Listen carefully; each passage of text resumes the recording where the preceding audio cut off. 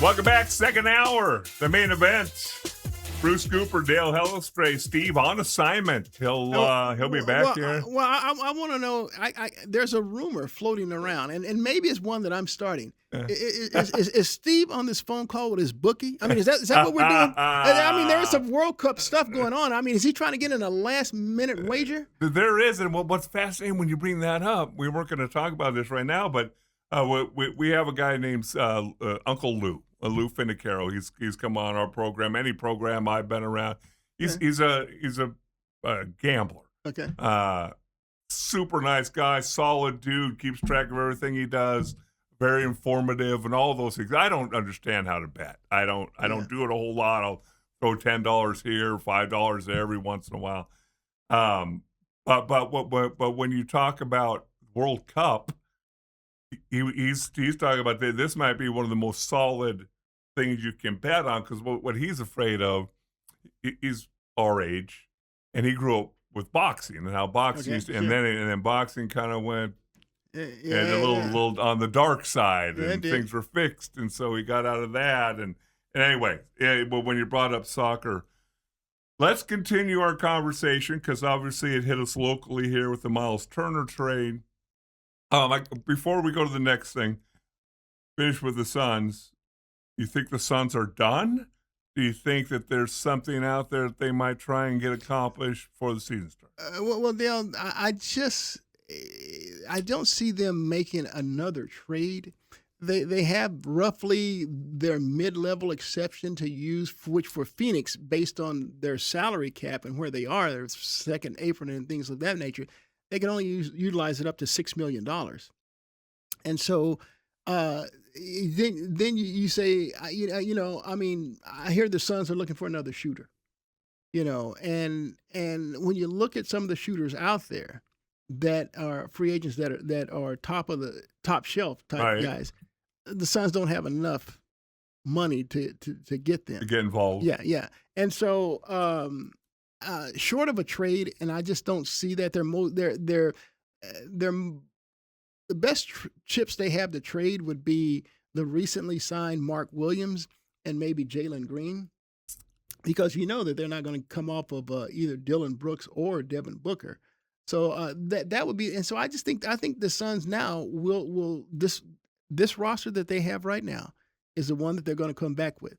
I'd like to see Jordan Ott, Suns head coach, give people like Kobe Brea a chance to play more. I mean, we all want, if you go back to the Suns' last regular season game, a game in which the Suns have already cemented their place as a play-in team, and we already knew that OKC had clinched the number 1 overall seed. So neither team played their starters.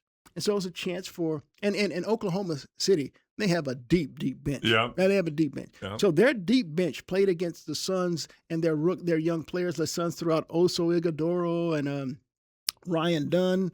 Oso didn't play that much, but Ryan Dunn got to play. And then you saw the rookies, Kaman Malawak and Kobe Brea play. Brea dropped 6 threes in that game. Malawak had 18 points, 14 boards, and a couple blocks, And so it was just an opportunity to play NBA players. And like I said, the Thunder, and it's impressive because they have a very, very deep bench. Mm-hmm. And so all these kids need is the opportunity to play. And Ott is one of those guys who was really stingy with giving these young kids an opportunity to play. So that's another reason why I was all for getting rid of both Grayson Allen and Royce O'Neal, because it would force Ott to turn in and give the younger kids more opportunities. Now, it still may not come to them, but it gets them closer to more playing time, because both, if you project the starting 5 and maybe the next 5, maybe you see Brea and Malawak as the 11th and 12th guys.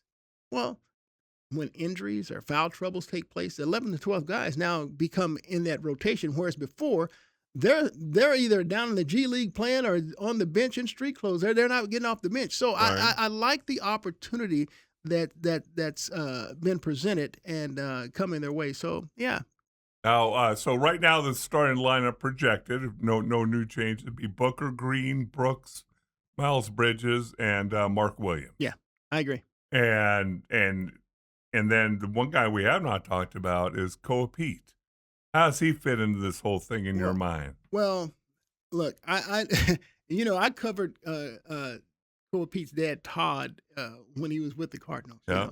On that same line with Louis Sharp, Tootie Robbins, Lance yeah. Smith, and Derek Kennard. So, Oh, yeah. I know. And look, I've covered his sons as they've come up through the high school ranks, on going on to college, and for Andres on to the NFL. I'll say this: I didn't really see Koa Pete as being a good fit for the Suns for what they needed, and for me, for the Suns, even though you can say, well, cool, Miles Bridges is right around Koa Pete, 6'7", 6'8". What do you mean? Well, I, the Suns, Jordan Ott, too often played this small lineup, and it drove me crazy. I mean, it absolutely drove me crazy. And when the Suns give up, 79 points in the paint, and they're giving up, 20 offensive rebounds, 32 second chance points. I mean, it's because you're playing these small lineups. So I was looking for the Suns to get bigger at the four. Right. And I've already said on the show, the Suns would be so much better if Oso Ighodaro developed four skills. I mean, because he's an undersized 5, but he's perfect size for a 4. But the fact that the guy doesn't have an outside shot, he only has his little push shot in the paint. Yes. The fact that the guy only shoots 60, I mean, he shoots a little bit better than Mitchell Robinson of the Knicks at the free throw line, but not much. And that's not saying, that's really, much. no, yeah, it's not. And so I would love to see him do that, but I just didn't see Pete being that guy. But I do believe what Brian Gregory says. There's no one who's going to work harder and get better at his game than Koa Pete. Because see, I've been around the Suns, and I've seen players get better from year to year. I remember when the Suns acquired Jason Kidd from the Mavericks.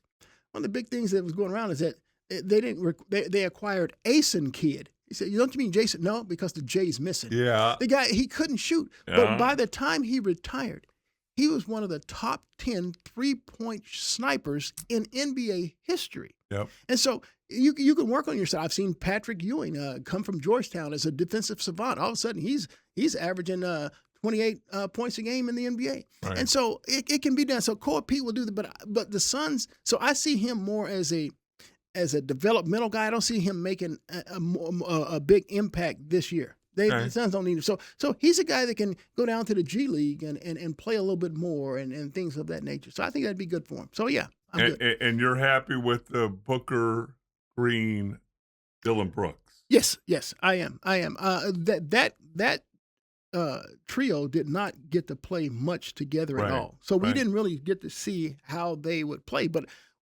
there was a Suns had a play-in game that after they lost to Portland, they're playing Golden State now. Yeah. It's winter. Your season's over. Yep. Yeah, I want to go home. Jalen Green showed out. I mean, matter of fact, he showed out even in the loss to Portland. And so this kid was hamstrung. No pun intended. Yeah. All season long. But he's an explosive athlete. And so I like him. And I'd like to see him be given a chance to play 82 games with Book and Dylan Brooks. Okay. Before we move on to football, because it's really fascinating. You talk about the Suns making a trade for a guy with a troubled past, and then the way the Lions handled their troubled current wide receiver. But according to your guy named Shams Charania, Okay. I'm just going to read you the tweet. I want what your initial thoughts are. Okay.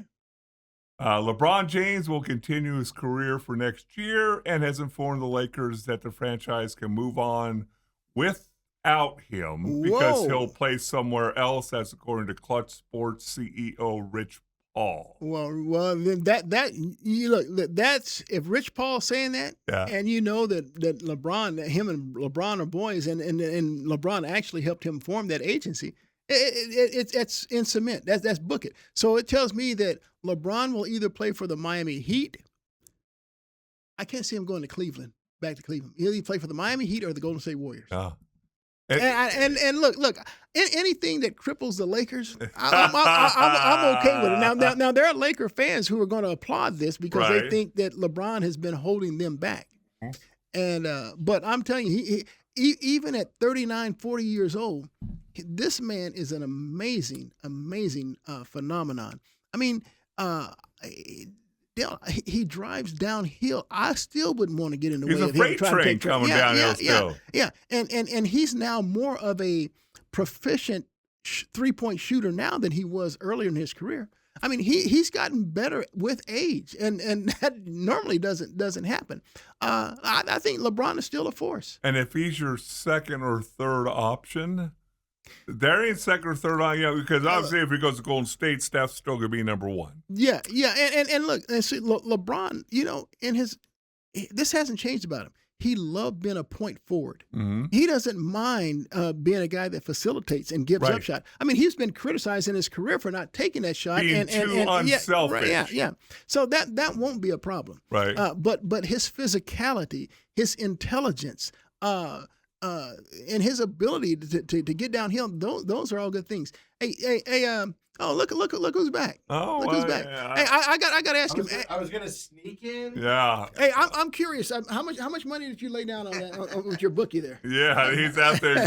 You're getting some odds on the USA soccer team.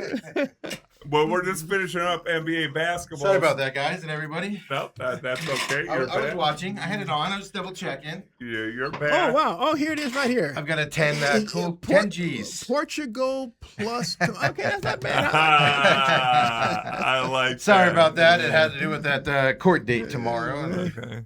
had limited time to deal with it, so I got a tenant problem, Bruce. Oh, geez. Don't get tenants. Oh, Yeah. jeez. Okay, all right. So you can just jump in where you want to Yep. jump in. You guys keep rolling. I don't want to. Yeah. I heard your comments on the trade. You like it too, though, huh? I do. All right. I do. And Dale's about ready to get into Terry and Arnold. I guess Yeah. he wants to see Right. see how that plays. Yeah. I mean, you you guys to, keep running. I didn't mean to interrupt. I just wanted to make sure I heard correctly because you and me, I think, are the only ones that like the trade. Well, me and you are the only smart ones. Yeah. Yeah. Well, and obviously, if he goes out and he averages 21 points and 9 rebounds and facilitates, a lot of things get forgotten. Hey, let me tell you something. The Suns acquired Dylan Brooks. Yeah. The Suns fans have hated him forever. Yes. He comes on the Suns team, they love him. They acquired Danny Ainge, same thing, Well, And Grayson Allen. and- Grayson Allen, yeah. And so here's the deal. When they see what Miles Bridges can do athletically, I mean, I guarantee you, he's going to get them out of their seats on these electrifying slam dunks and the way he can do things from an athletic standpoint. They're going to get it. They're going to embrace him. They're going to like him. And so, look, I don't blame him for those who don't want to give the guy a second chance. I don't blame you. I mean, what he did was abhorrent. Yeah.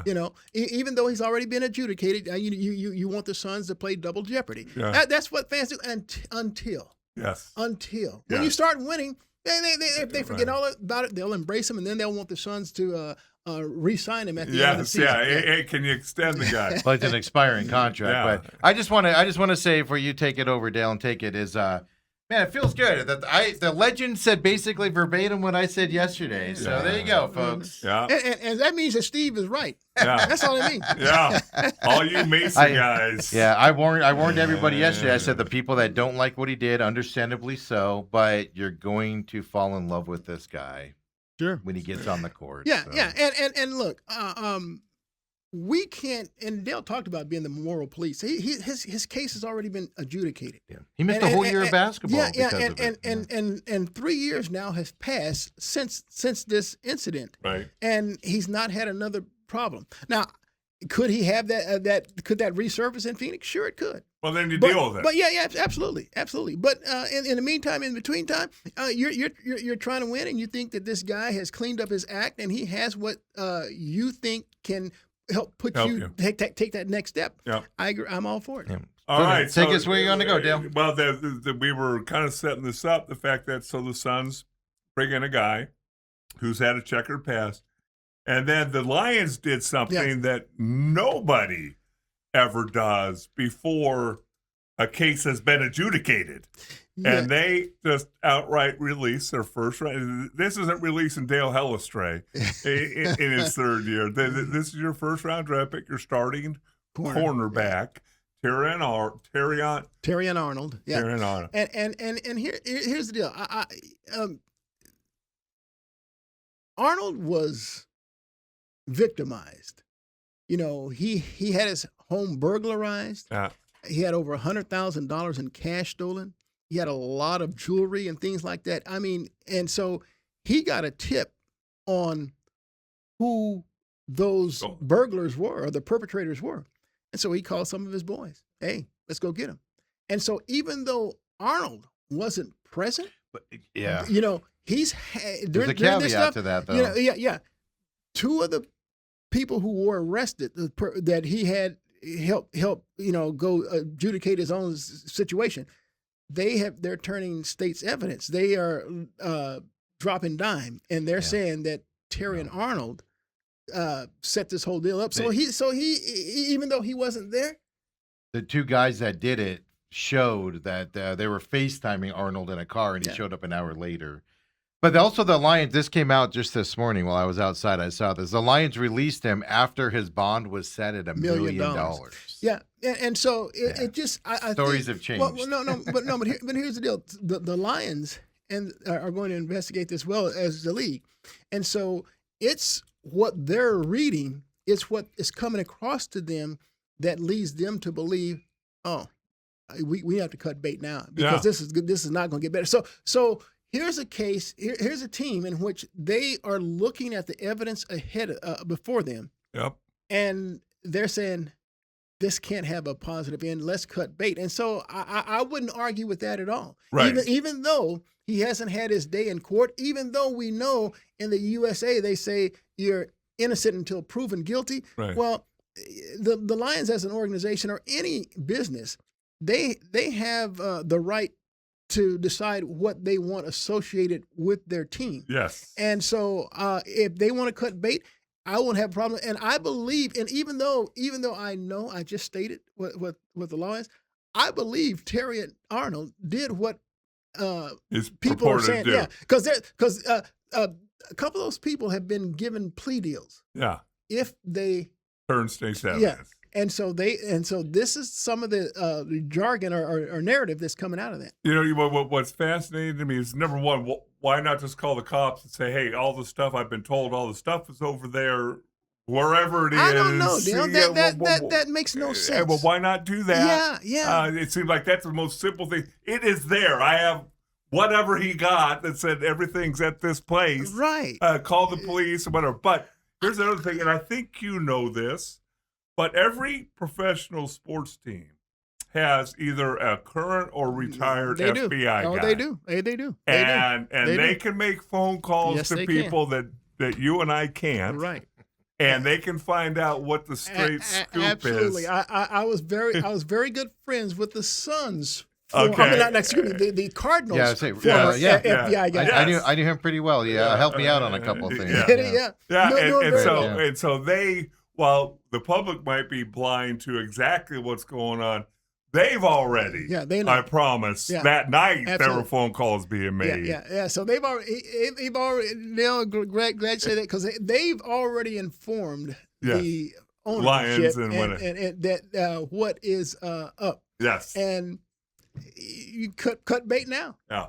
Cut bait now. You know, and again, it's just, you sit here and look at it, and it's two completely different crimes, two completely different sports, and yet you look at it and you go, okay, so two teams handled it completely different. Well, but here's the deal. Here's a big difference, though, Dale. You have to go back and look at how Charlotte dealt with it, because see, the Phoenix are getting him after the fact, after he's already been adjudicated, after he's already spent 3+ years after the fact. Right. Charlotte had to deal with it then. Well, he was going into his free agency year, and he was going to get paid. We're talking about I just forgot his name. The Suns guy. Miles Bridges. He was going into his free agency year, and the Suns were going to go heavily after him. That time, he was going to make a ton of money, and the Charlotte was the only team that stuck their neck out and re-signed him, and then he took that year off of basketball. So they didn't cut bait with him to move on. But also, penalties in basketball, are a lot different than penalties in football.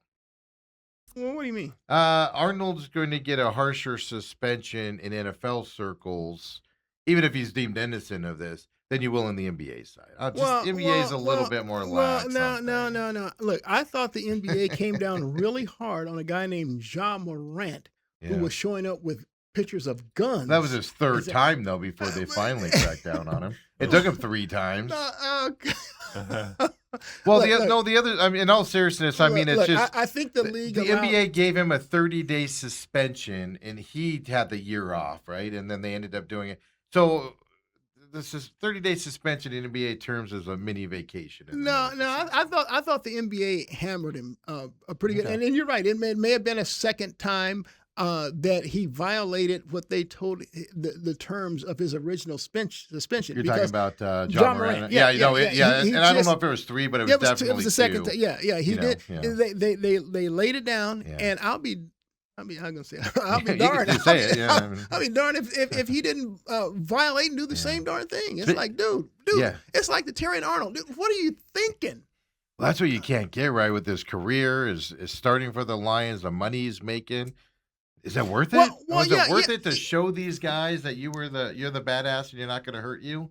And everything, it costs you your career and possible serious jail time on top of it. It's just sometimes you just sit back and go, what are you thinking? Yes. Yeah. Well, a lot of times you do that with professional athletes. You don't take a step back and go. You have to have the right people around you too. Yes. To say, dude, no. You said, look, man, you're eligible for an extension. Yeah. Your second contract is the one that's going to say, dude, no. That's the one you're playing for. Yeah. You don't do that. You need more people like me when you call me at 8:00 at night. I go, man, I'm in bed. I ain't helping you do that. Can we do this tomorrow and think about it later? All right. So I did this to Coop, and then Steve, you can take over the program again. No, you're good. This just breaking. You might have read it when you're out there on the phone. I saw it out there. Look at LeBron being nice. LeBron James said the Lakers can move on without him, but he's going to play this year. He's going to be playing for the Warriors in about 2 hours, Dale. You think that's what's happening? That's where he's going. I was convinced he was going to the Warriors. I wouldn't be surprised if he winds up with the Heat. Really? Again with Pat Riley? Him and Giannis. Because, see, look, the Heat roster is really depleted after they did what they did. And that's the only way you're going to get Giannis. They gave up 4 players that were actually 3 of them were starters. Okay. Right. And a big part of their team, Hero. Yeah, absolutely. And so if LeBron goes back to South Beach, look who he has. Bam Adebayo, Giannis Antetokounmpo, LeBron James. That ain't bad. See, here's so hold on. And they're younger than what he'd be getting in Golden State. That's my point with Golden State. But one thing here, I'm going to ask you two this question because number one, does it really matter about the youth of the team? LeBron's looking at the next year or 2. Yeah. He wants to win. I don't think he cares in 6 wants to years. win. That's why I discount the Heat. But what I'm going to ask you, you are LeBron James. You're worth $1.5 billion, Coop, and you have the choice. Are you going to Golden State or are you going to Miami? I'm going to Miami. You're going to Miami because I have 2 guys that are going to play 82 games. Anthony Davis, I gotta hope would play 41. No, he's still in Washington. That's what I was going to bring up here. But that's part of the deal. Yeah. No, because they signed. Here's what complicated it yesterday. They signed the Dubs. Warriors signed up Porzingis yesterday. 2 years. I think it was $40 million. They don't have the mid-level exception anymore, and so Washington doesn't seem willing to trade Anthony Davis. So if Anthony Davis goes to wherever Anthony Davis goes, LeBron will entertain going to. He wants to play with him. Well, he ain't going to Washington. But now, no, exactly. So Anthony Davis, if he's not moving to the Warriors, it puts a staple in. I'll tell you this. I saw Brian Windhurst this morning on ESPN's Get Up, and he was like, LeBron's going to the Warriors today. I mean, he was just like, it's happening. It's happening today. He's signing with them. He said everything but mark it down. It's happening, which shocked me because Anthony Davis doesn't look like he's going to be going there. And everything, but the Warriors have reportedly told Jimmy Butler he's not going to be traded. So it's Porzingis, Butler, Draymond's going to re-sign. He opted out for contract reasons. Obviously, Steph, and now LeBron on that team. If he signs that, I still the Warriors over the Heat every day. I still like Bam Adebayo. If I'm LeBron, I still Yeah, like Bam But Adebayo. are the Heat winning a championship this year? Look, or being in the running for it? Their path out of the East would be it's so easier than easy. Golden State's Yeah, path out of the West. That's true. Because they ain't but- getting by OKC and or San Antonio. That is true. Well, just we made fun of the Lakers a couple years ago on how old they were, before they blew up that team. What was that, about 3 years? We were at the radio station when that old time team happened. And that Warriors team's got even bigger. So I don't know. It is interesting because you think the Heat would be in on it and stuff like that. But the fact that LeBron said Lakers, I'm going to do you a favor. You can move on without me. Kind of makes me laugh. Well, and going back to Golden State, I mean, look, Kristaps Porzingis isn't going to draw illusions of being an Iron Man. I mean, he's not. I mean, that guy's brittle as well. But I'll go a step farther. Lakers, Warriors, or Heat, the Lakers have a better shot of making a big run in the playoffs than any of the other two teams. Well, let's put it like this. There are a legion of Laker fans, and I have some, and I got a lot of relatives who live in L.A. I grew up a Lakers fan. I think LeBron is the albatross to their roster. I agree 100% with that. LeBron is the problem to the Lakers because the Buss family brought him in to sell jerseys and be besties with him, and he ruins that team with who he brings in there. He needs to go from that team. I'm not disputing that, but I'm just saying in terms, and the Lakers said they wanted it back. Now, could that be a publicity stunt? Look, I'm telling you, even at 39, 40 years old, LeBron James is still a beast. He's a factor. Every time LeBron got hurt, the Lakers played better. When LeBron wasn't in the lineup, the Lakers played better. That's what a lot of my relatives tell me. I said, you got if you guys think that Luka, Austin Reeves, and Roy Hachimura is enough to take your place. Don't forget DeAndre Ayton. He's picking up his player option. Yeah, I saw that. I mean, as a Suns fan and a Lakers hater, I love that move. Well, I was thinking Mark Williams. They're going to make a big play and make a run for Mark Williams. The Lakers. Because they did before, and you know what? I was thinking that as well. And Dale asked me a little earlier. If I felt the Suns were done moving people, I said I think their only tradable assets would be Mark Williams and Jalen Green, I don't think they're going to do either one. I think they're going to sign a cheap guy off of a power forward or a 4 or 3 off of the free agency bin as another 3-point shooter. I think that's the only. They're pushing up against the second. Without they're below the first. Well, they only have $6 million in that mid level exception to use, problem, and it's not. They'll get a guy off the scrap heap to come in to shoot threes. But again, if they just give that opportunity to Kobe Brea, they'll be fine. Yeah, because they do have some young guys on the team, as Coop has pointed out a number of times on the show. So but I mean, Ja going to Portland now. I'll argue Portland's moving from Portland soon. That owner is setting them up to be moved. Let me tell you something. Portland has way too many guards. I mean, I looked at that. I said, dude, it's unbelievable. Drew Holiday, Damian Lillard, and Avia, Suns fans who didn't know who he was before. They know who the hell he is now. We learned him in that playing game. Absolutely. And so just that now they have a coach that signed a terrible deal. And they have a guy that they drafted 3rd overall a couple years ago in Scoot Henderson. So I'm like, dude, that's 5 guards. Right. The other big story around the NBA, Dale, you didn't talk about this, is Beasley. Malik Beasley, thank you, and Ed Davis. And an NBA agent on top of it. 6 defendants indicted Monday on charges alleged sports gambling scheme. 4 games is what they found so far during the 23-24 season.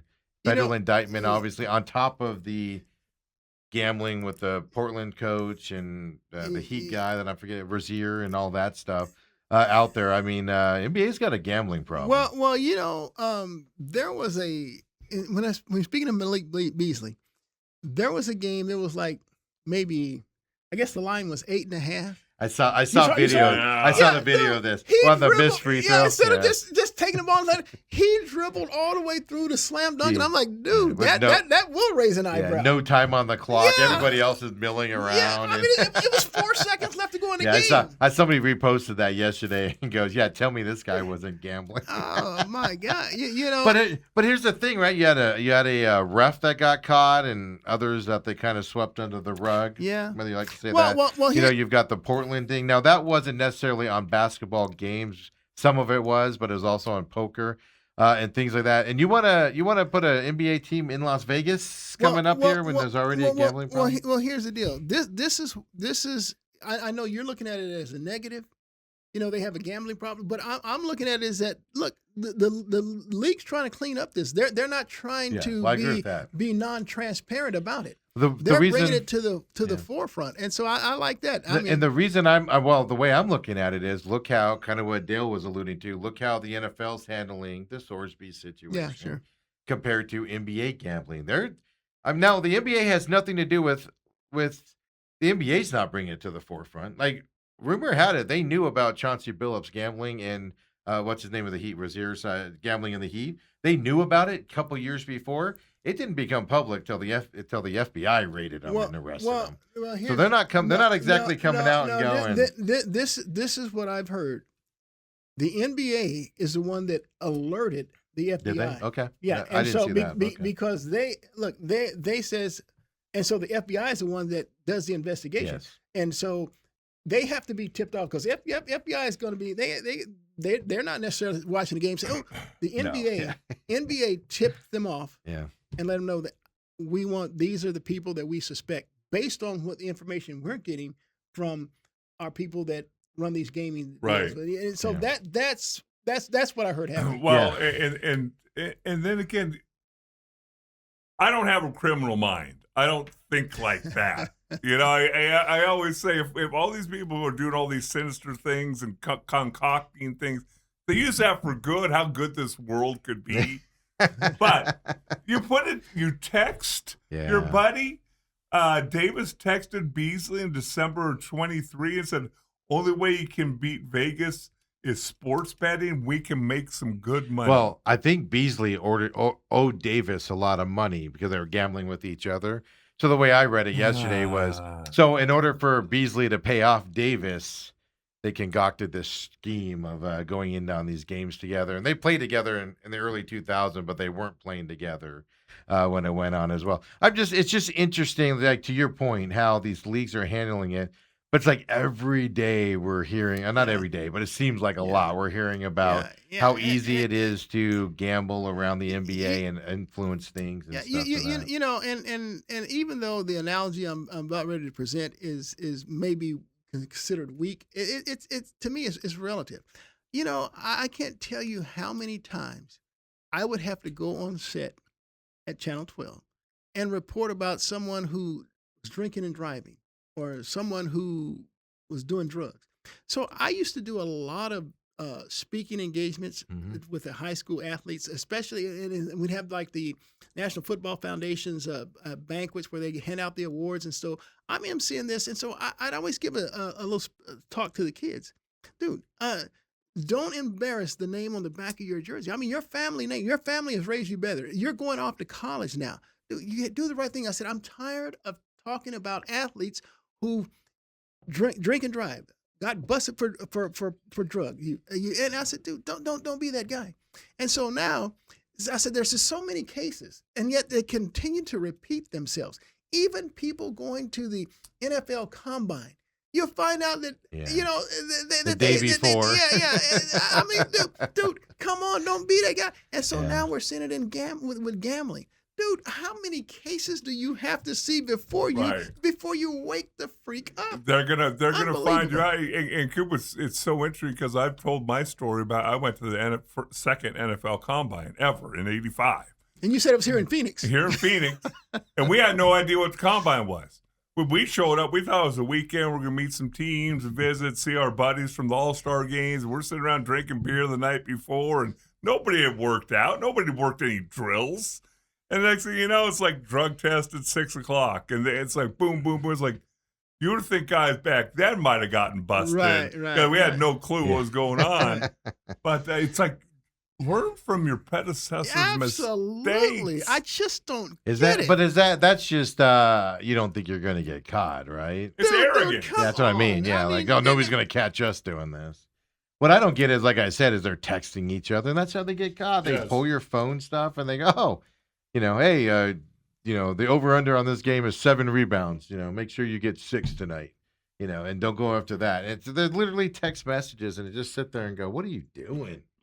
When you think about it, but I don't know. I just found it curious that the NBA is the league where we keep seeing this come out of. And like I said, they want to put a team in Vegas coming up here, and you don't. See, Well, you're- I don't have a problem with them place team in Vegas because every team, like you take the Phoenix Suns mortgage center, they was it FanDuel that's Yeah, just right there. connected right. I mean, Yeah. look, you go to the Cardinals game right at State Farm Yeah. Stadium. They have Caesars built, there. yeah, they built. I mean, so it's everywhere. Right. I mean, Well, no, but that's where I get the hypocrisy on the Sorsby thing.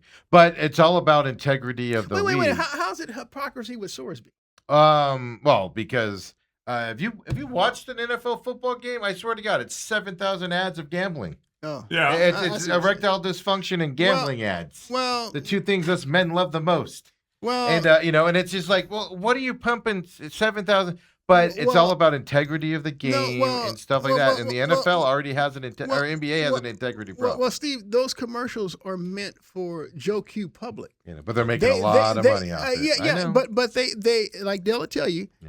they bring every player, every coach, every I get owner. it. I mean, and they teach them about the ills. They Well, go over look- and it's in the bylaws. Yeah, well, let me ask you the question. Here's why Sorby's getting screwed the most out of all of this. How's he getting screwed? The rightfully so. What I'm about to point out to you, though, is what I don't like about it.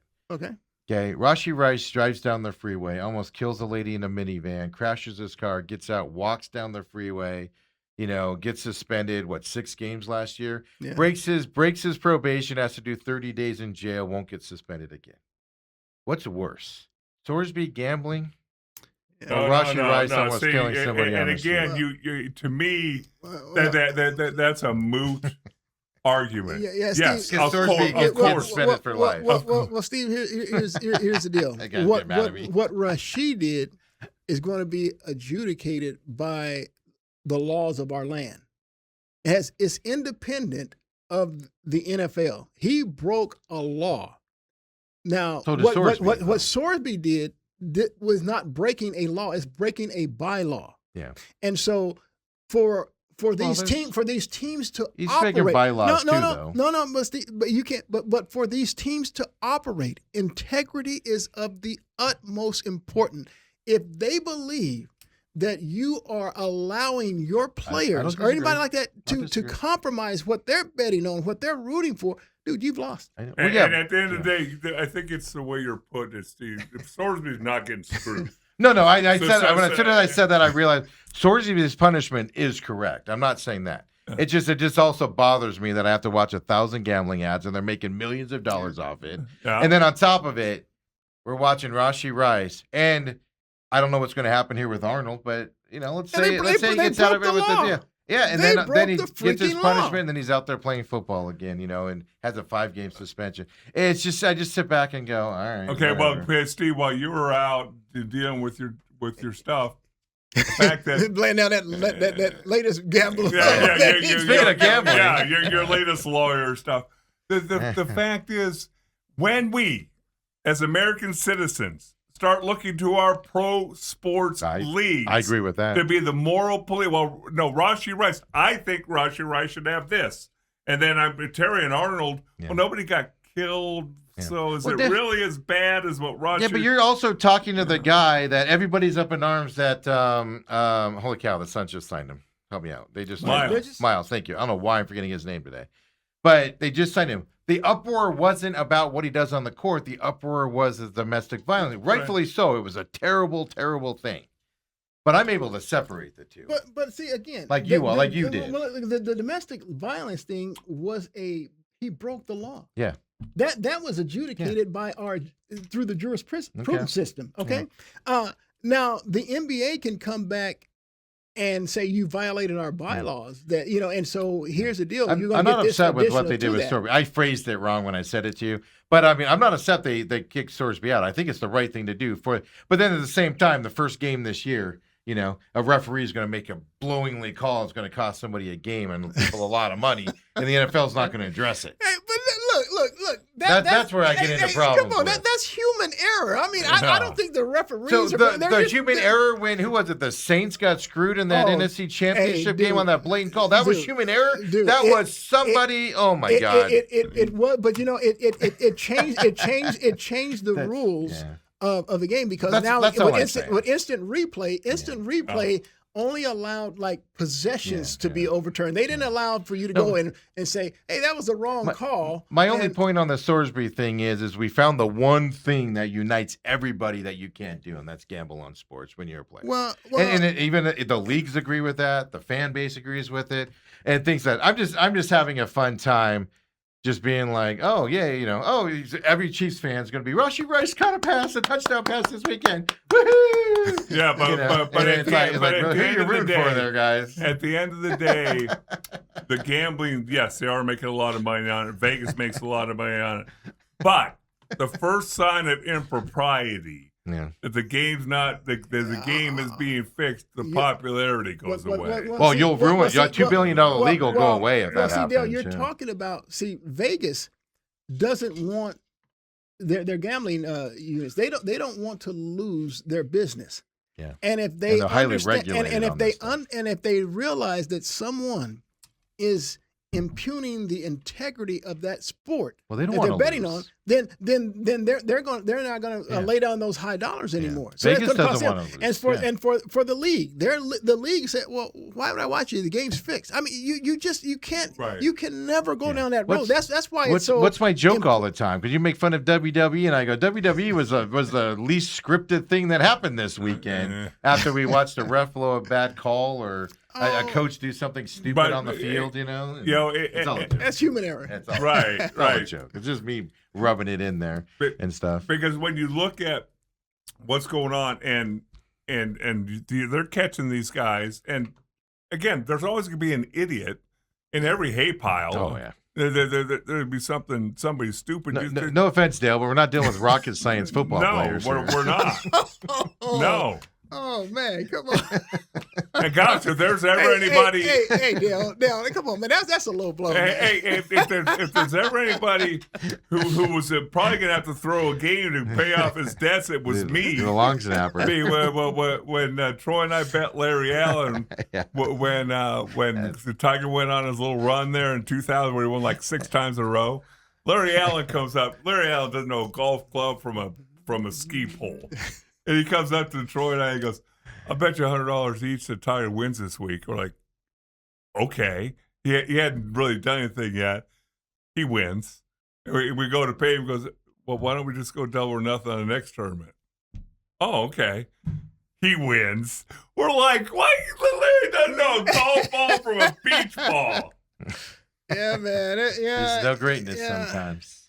I don't know. No, the gambling. I get it. No, the leagues have to say, because if a gambling scandal comes out in huge things where it's a huge thing, it'll literally ruin the league, and you'll see a $2 billion entity become nothing tomorrow because the fans already have a hard time trusting. What's the first thing you hear when a ref makes a bad call or a player? Check his bank account, and stuff like that. Unfortunately, so that's why they have to crack down on it. That's what I'm just having a good time with, me beating up your spouse, killing somebody on a freeway, driving your car late at night in Georgia, and then getting drafted by the Eagles and not having a punishment. I'm having fun with that stuff. How that's actually worse than gambling. But my deal is every one of those things that you mentioned, that is breaking the law. Right. Them gambling is not breaking the law. It's breaking we'll see. He was doing some stuff that probably breaks laws. The question is, will he get punished? I didn't know the gambling was breaking the law. No, the way he was having other people place bets for him. You know more than I do. Report supposedly. You know more than I do. That's when there's question but is that marks, illegal for me to go? Hey, Steve, it's against the NCAA. But against the Yeah, hey Steve, I don't know. I don't have my app with me. Can you throw $10 down the Suns or whatever? That's not breaking the You law. know, that's why I just placed a 10 grand bet today on England because Dale wanted me to do it. Hey, I'll say this though, Steve, and I'm coming out of left field because I'm changing sports because see this has been on my mind since I watched it last night. You know how me and you have both apologized to Paul Sewald, Yeah, he almost blew it again last night. dude. He's now look on a road trip. It was a non-save. He went in with a 4-run lead. Yeah. He gave up 3 runs and had the tying and winning runs on base. So they brought in Brandon Garcia, Yeah. and he got a strikeout for his first career save. Okay, that was on a road trip. His first Like a week game ago, back week home. and a half ago. Yeah, first game back home. Yeah. He takes a 3-run lead. It's a save opportunity now. The dude gives up 2 runs, has the winning run at the plate. I'm like, Yeah. dude, and they stayed with him. It was only 1 out. He got 2 pop-ups. And I've I'm like, I've all been of a sudden- saying that though from the beginning of the year. In all seriousness, like you give him credits for what he's doing, and I actually think what he's doing is most impressive because of the way he left this place last time. Like, how do you come back and Dude, but pitch to? But all year long, I've been going, man. He throws these little low 90-mile-per-hour pitches right across the middle, and guys are missing on it, and it's fantastic to watch. yeah, he but was it's got to nails. catch up to him at some point, well, right? it's catching up to him now to the point to where Guys.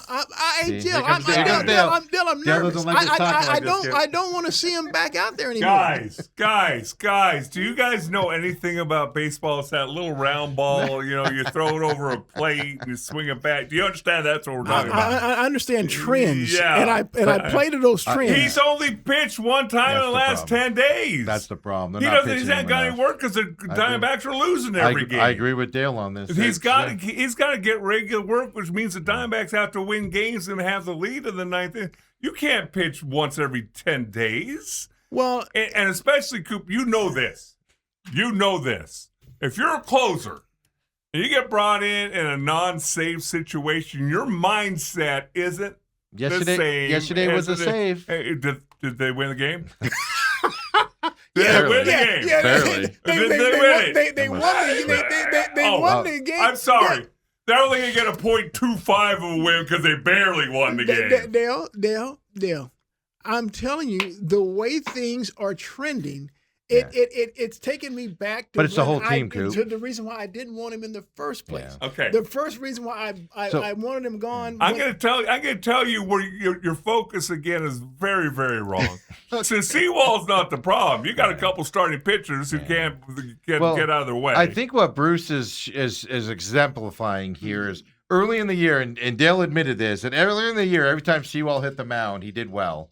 But every time he went out there, you were like, oh, here we go. Here comes Sewald. and I then he apologized dominated. to him. Yeah, I right? gave him his flowers. And then you forgot about it. Every time he went out there, you were like, oh, Sewald's out there. We're good to go. Yeah, absolutely. And now that he's starting to show some cracks, Oh, you're man. going back to, oh, here we go again. Yeah, absolutely. That is. Hey, Steve put it very well. Yeah. That's what he said. What he said. No, because I feel the same way How about about it. how I feel about the same way about it. Diamondbacks? Get him out there 4 times a week. Yeah.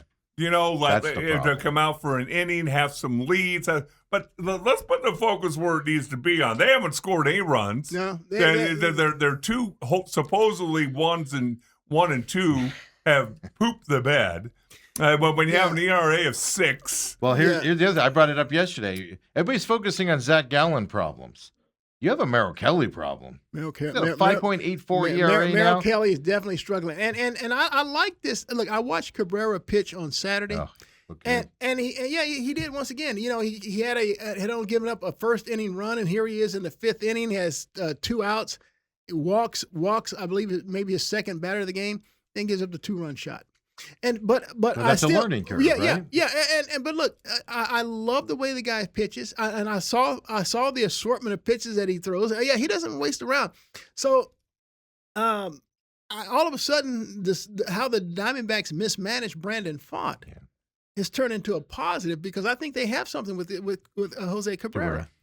And so, but you're right, they're pitching, but beyond that, their hitting is just, I don't understand it. For the last 2 years, the Diamondbacks have been a top 3 scoring team. I believe they led the league in scoring last year. They brought back virtually the entire the same guys. Now, keep in mind, you did get rid of. They had to go young. Yeah, they got rid of Eugenio Suarez and Josh Naylor. Right. But and I know Gino was a guy that didn't hit for average, but he hit the long ball and stuff like that. But I mean, dang man, it shouldn't be this dramatic. Coop, well, how much more time do you give your boy Pavin Smith, who I've seen you get up on a soapbox and yell and scream about wanting to keep him on this team? If they traded him tomorrow, I wouldn't shed a tear. Do you think they can't could trade get him. anything Nobody wants him. from a bag of used batting practice balls? I don't even think you can use baseballs. They'll be like, here's some old underwear we'll give you, so we don't have to give it. We don't have to throw it away. Well, it's bigger than that. So the lineup, Sunday's game against the Rays, batting fourth was Adrian Del Castillo or Lourdes Gurriel once, but it was Del Castillo, Gurriel, and then Pavin Smith was your fourth, fifth, and sixth guy in your lineup on Sunday. They're all sub. Well, Gurriel's 200, but everybody's sub 200. Was your fourth, fifth, and sixth? Why you can't figure out a way to break that group? So that was Sunday. You get swept by the Rays. Then yesterday, here's my problem, and here's my problem with the Diamondbacks are going through. They're throwing straws out there. They're sticking with Pavin for some reason, right? They're staying with those guys. Moreno's obviously hurt, Right. but they keep putting him out there. Torrey talked about it and goes, he's getting better. Give him a week off and let the guy heal. Well, just let him DH. Well, that's the other side of it. But no, we got to have Del Castillo and his 100 batting average and Pavin Smith's batting average there at the DH spot. But then you rush up this guy that was in an 80-game suspension, and you get him through his last game in Reno. He went 0 for 5, obviously struggling a little bit in Reno, and you rush him up here because you need a bat. Right. He's batting 0. Yeah, he's yet to get a hit. Yeah. Yeah, Diamondbacks are they're grasping at straws right now. You're right. There's no ifs, ands, or buts about that. Here's what I argue with Torrey's teams, just really quick to tell you. Here's what I argue. They don't know how to get out of slumps. I've said this for 3 years now, 4 years now? Even the World Series year, that July was so terrible.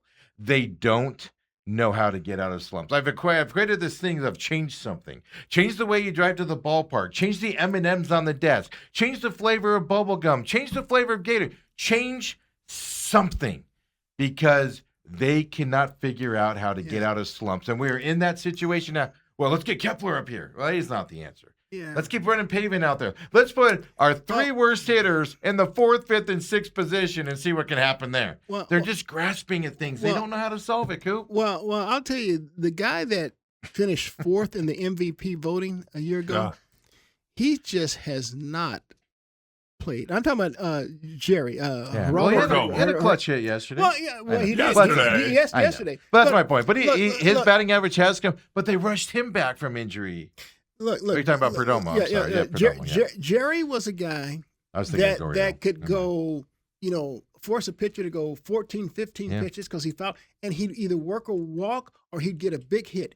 I mean, the guy was hitting over 300. Yeah. I mean, the guy drove in over 100 runs, and I mean, like this is your shortstop. They moved him down to 7 in the lineup, and he started hitting. Yeah. Second he did that, they moved him back up to 2nd and stopped hitting again.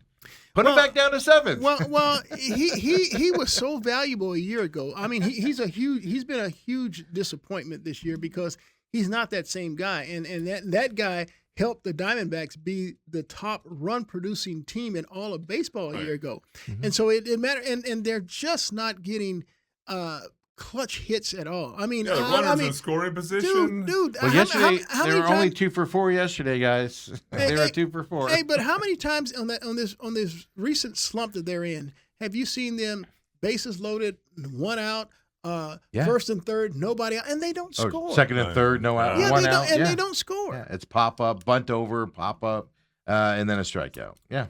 And, no, it's absolutely frustrating. And we're talking this way after a win yesterday. But if they didn't play the Giants or the Rockies, by the way, they would be like 30 games under 500. He ain't lying about that. And you just think about this, that if you score 5-6 runs a game, you're going to mask a little bit of pitching deficiencies. Exactly. But when you're scoring one, and again, I think you could probably run out Randy Johnson and Curt Schilling and you constantly score 1 or 2 runs, you're still gonna lose It games. happened to Randy for a while. Well, let me tell you something. They were running out Soroka and Rodriguez, and they were getting run. But those guys, I mean, shoot, they could throw up a 0, or maybe they get a run, and you can scratch out that second run you need. But Rodriguez has been the guy that he's lost 3. He's been no decision. I want to say 4 or 5 times. Because when he left the game, he had a lead, and then they blew it. It almost happened last night. Yeah. I mean, the guy went 7 innings, allowed only 1 run. Yeah, and yet all of a sudden, man, in the 8th and 9th innings, man, you're Biting holding your nails. breath. That's how you like it, Coop. You want to be biting your nails. You don't want to be going to sleep. So the big question here, Coop, is last Friday we're taking Fridays off for the summertime here and everything. And last Friday I'm driving around and I have 98.7. I flip over to it because Tori's going on the air. And Gambo flat out asked him, is Zach Gallen pitches for a job today? And Tori's response, no. We're talking to him. We know what a valuable pitcher he is. And we're not taking him out of this lineup, is what he said, in shortened terms. Then he goes out and has that dud of an outing again on that stuff and everything. Even Gambo was like, why? Like, why are you? Like, he's talking this way to Tori, right? And everything. And then, you go out there and Merrill Kelly's struggling out there as well. And he's like, oh, he's coming back. You got Soroka who's coming back. His imaging's showing good. He's going to start throwing here. Not until I see him on the mound at Chase Field. The argument is no, and you brought this up last week with Trust. No other pitcher is being run out there like Zach Gallen and Merrill Kelly is. They would have been sent down, released, whatever. The Diamondbacks have showed that 1,000 times out there. Yeah. And they're sticking with these guys to the detriment of them. Yeah. These are the things that are going to get this staff fired, right? It's got to be these types of decisions. But is it coming from him or is it coming from Hazen? Is Hazen saying, you're stuck with these guys? Now, Hazen came out yesterday, or maybe it was this morning. He came out and said, in order for us to buy coming up, because before he was like, we're buying. Yeah. And now he's saying, in order for us to buy, the team needs to stack several wins together before we can buy. This team's selling, folks.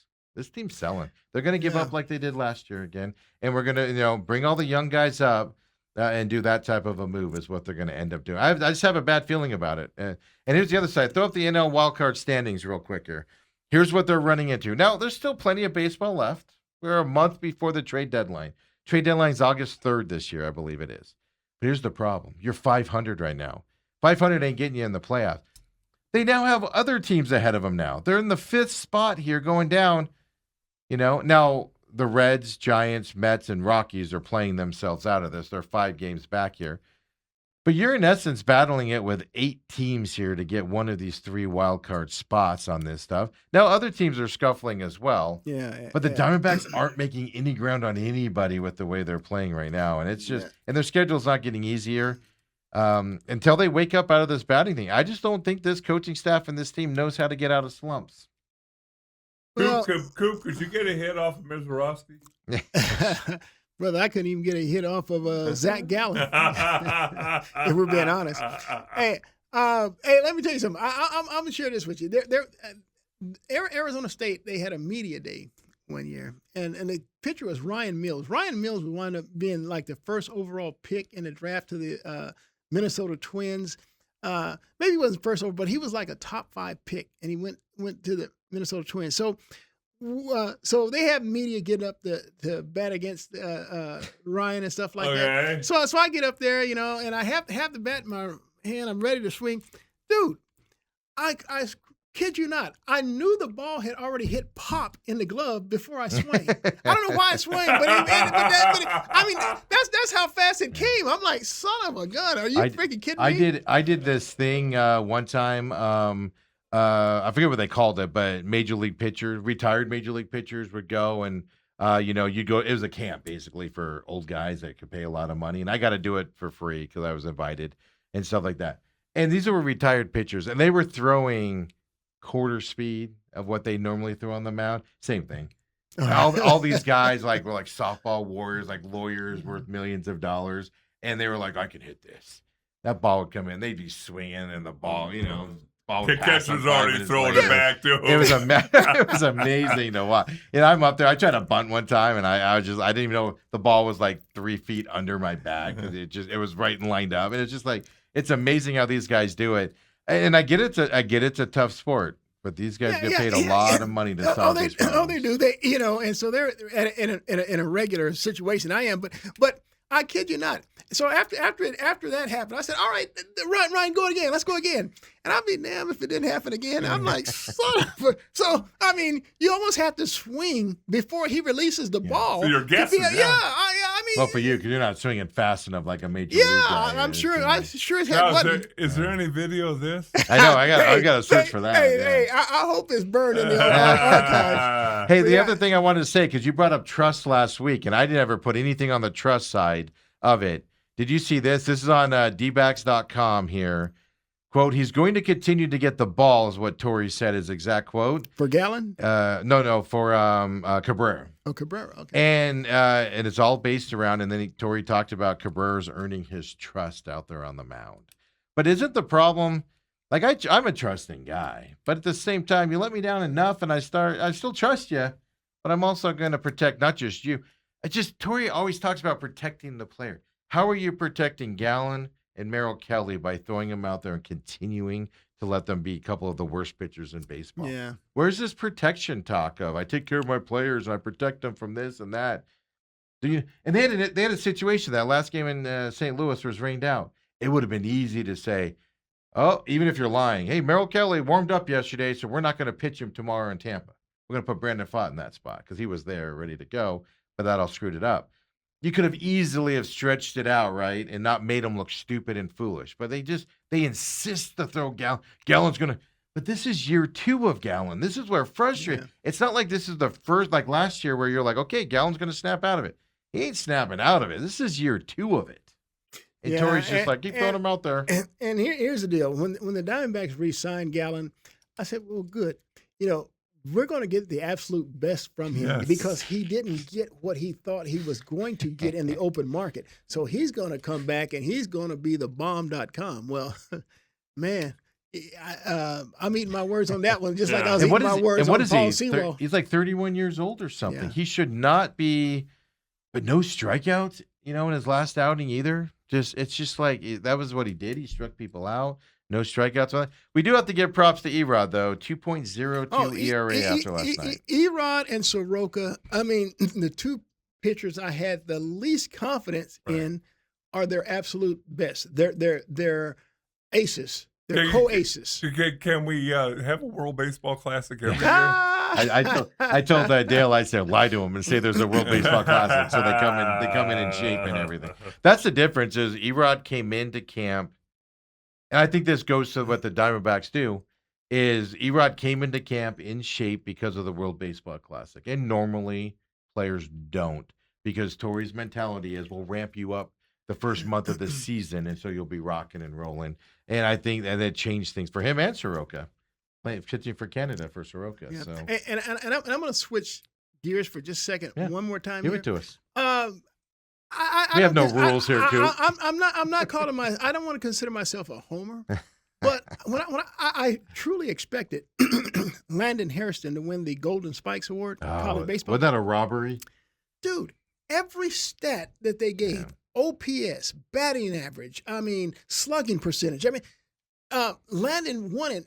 The kid from Georgia, SEC, I don't even know his name. I know he's a catch. Daniel something or other. I remember that. He looked miserable winning that award yesterday. Dude, he only won in the home run and RBI category over Landon, and it wasn't by much. I mean, Landon hit 400, dude. Yeah. Right. Who hits 400? Well, and led in home runs. And, Yeah, he led the Big 12 in home runs and RBI. I mean, now he's already won one prestigious national award, but I mean, the Golden Spikes is like the Heisman. Yeah, it's that SEC bias that happens. Yeah, you play the SEC, we'll just give it to you. You took the words out of my mouth. That's where I'm going. That's where I was going. I didn't mean to do that.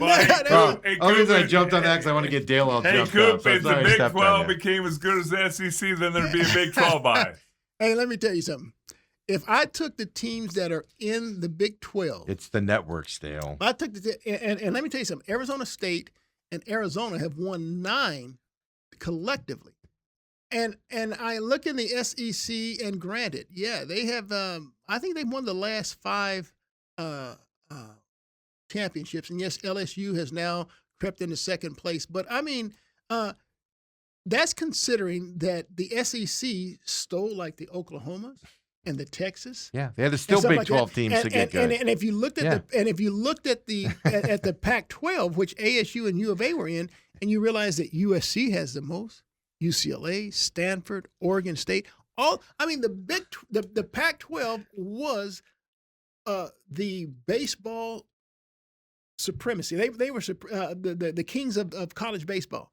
But now that the Pac-12 been thrown in disarray, well, yeah, now there's probably Coop, the last SEC. time ASU made it to the College World Series, you had a full head of hair, you had no gray hair, and no belly. Well, yeah, well, you know, They just made it, 22, 23, something like that? That's a pretty good point, Dale. But let's put it to you like this: Arizona State still to this day has produced more professional players Reggie than any Jackson, other legends. college. Barry Bonds. Barry Bonds is nothing. Forget about the steroids. He went to ASU. So Dale, that doesn't mean that that ASU did all this back in the day. No, they have been a consistent team. And look, Mr.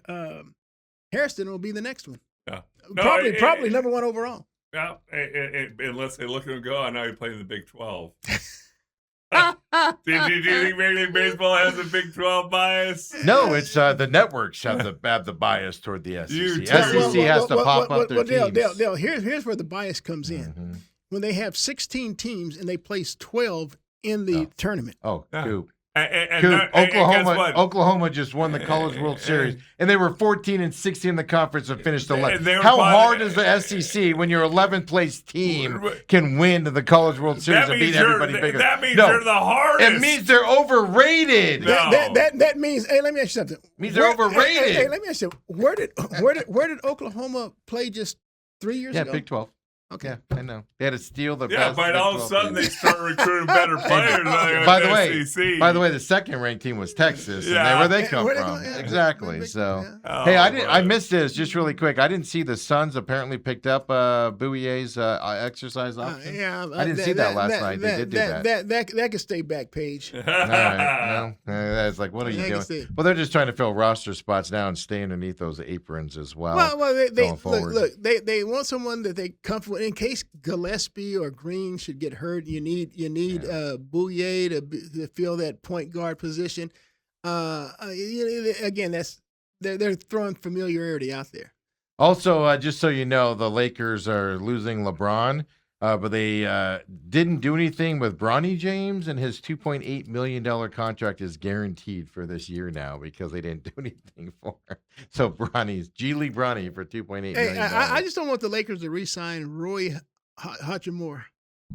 I mean, Roy. I want somebody else to sign him because Roy was killing it. I don't want the Lakers to re-sign Marcus Smart, nor Luke Kennard. I like it when the Lakers struggle, but the Lakers have now, I guess, about $50 million they can use. But they got Luka. Their owner is now, Dodgers guy, big money guy. He wants to win. He's going to bend the rules to win, if you want to say that. He's going to do all that Dodger mumbo. He's going to find ways to skirt the system and do things nobody else can do, and that's your problem with the Lakers. Lakers are coming back. Well, but Luka wins. Whether you like to say it or not, Luka wins. Scoop. All right, enough. Luka Honuts. We have to get rid of our franchises, Dale. Coop, thanks for coming in today. All right. Thanks for covering me for a little bit. Enjoyed it. Hey, can you give me the tip on that World Cup? Yeah, I told you. gambling thing? Yeah. No, I've done. Man, after yesterday, I'm afraid to even look at things on the World Cup and everything. Well, your bookie that you left to go talk to. Yeah. I mean, can you hook me up with? Oh yeah. I told you, $10,000 today on England. You'll probably lose it today, knowing them as well. I closed down my thing. Who do you like to win it all? I mean, because in the World Cup. Yeah, because look. I'll tell you guys right there. I'm not a big World Cup guy. I don't really follow it now that I don't work. That I don't have to.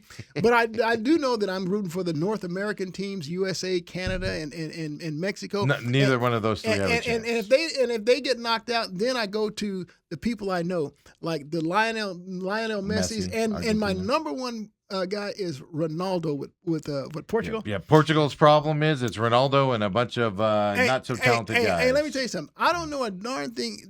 I don't know a darn thing about those countries and how good they are. I just know this: that Ronaldo SARS. came to State Farm Stadium one day, and when I saw the number of ladies who went crazy, even in wedding dresses, Ronaldo had my respect. I'm like, this the man. This the man. You know what's sad? Because I've always talked about Ronaldo and Messi. Messi gets the nod as the best in the world. He probably is. He is. But he's kind of a jerk to everybody. He likes to be standalone, be left alone.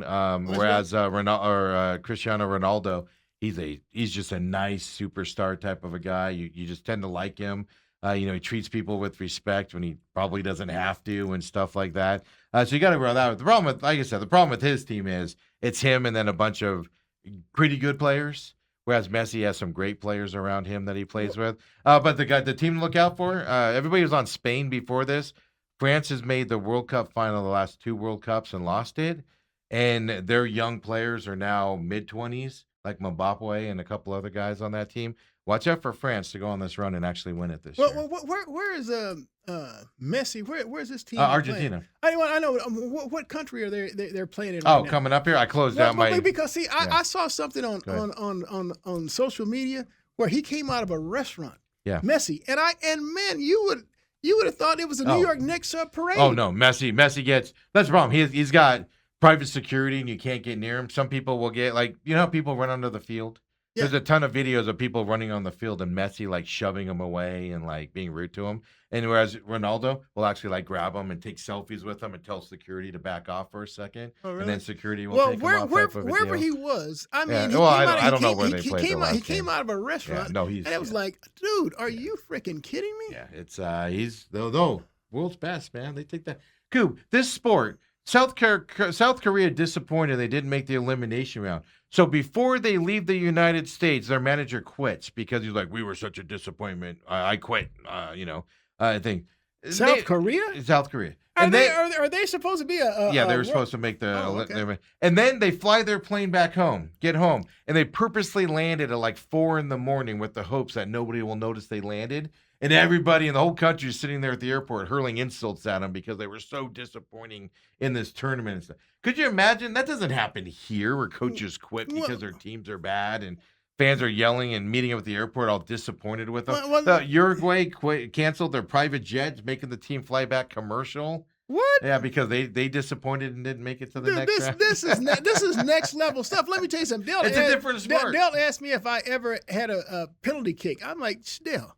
Dude, I played America's sport. Yeah. I mean, I didn't play in World Cup. I played soccer. Yeah. I played America's sport. That was football. Soccer is my favorite sport, but I don't follow it I don't get up at 3 a.m. It's your favorite sport. I love soccer. Oh, dude. Hockey and soccer. Steve, we can cancel this show. Steve, we're way over time. Catch France and Sweden today at 2 p.m. Coop, you will not be disappointed watching France. They will not. My eyes will not get 1 second 2 p.m. of that today. viewership. Oh, you'd rather watch the Diamondbacks tonight? Well, Brandon Pfaadt's on the mound. That might be a fun start here. Now, if Brandon Pfaadt can just stop those crooked innings where he falls apart for one inning, he'll do all right tonight as well. The other thing is watch Mexico-Ecuador. Did you see this? No. Ecuador's playing in Mexico City tonight against Mexico. Home game. The Mexican fans last night were outside the Ecuador hotel, honking their horn, playing drums all night long. And the police were there, and people are like, oh, the police are going to break. The police were joining in with them to make noise. Oh, man. So Ecuador probably got 0 sleep last night. Jeez. Oh, it's a different sport for these reasons, man. It's going to be great. So, Coop, appreciate you coming in, helping me out. Dale's in overtime. He's mad, even though he had the last week and a half off. I mean, overtime to talk soccer? And he had the last week and a half off, and he gets another 4 days here after tomorrow. And the guy's complaining 15 minutes late, Coop. Hey, everybody else, we'll see you tomorrow morning, 8 o'clock. Come and join us.